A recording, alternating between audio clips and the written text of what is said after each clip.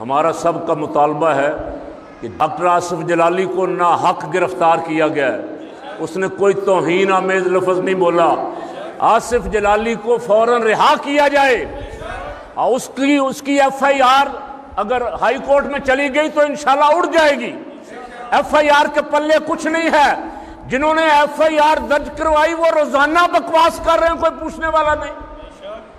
کوئی ایسی چیز میں نے اس دن پریس کانفرنس میں کہا، مجھے لگتا ہے کہ اس ملک میں فرقہ وارانہ فسادات کروانے کا کوئی پروگرام بن گیا ہے، اور اس میں شاید کچھ اندر بیٹھے ہوئے لوگ بھی شامل ہو گئے جو نوٹس نہیں لے رہے۔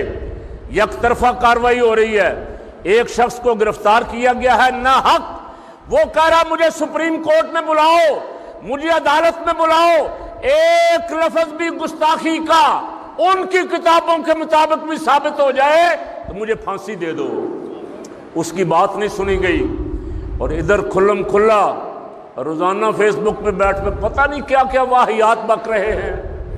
آپ نوٹس لیں، میں پھر کہہ رہا ہوں، آپ نوٹس لیں، وگرنہ زیادہ دیر عوام اہل سنت خاموش نہیں رہیں گے۔ حکومتی ادارے فوراً ان لوگوں کا نوٹس لیں، ان کے خلاف ایف آئی آر کریں جو حضرت علی کو نبیوں سے افضل کہہ رہے ہیں، جو حضرت علی کو خدا بتا رہے ہیں، جو کہہ رہے ہیں معاذ اللہ خدا اپنی داڑھی سے جھاڑو دیتا ہے علی کے در پہ۔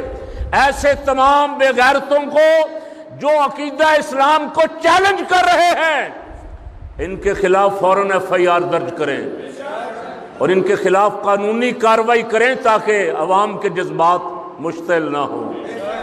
آپ سے کہہ رہا ہوں خبردار رہیں، دشمن کا دھیان رکھیں۔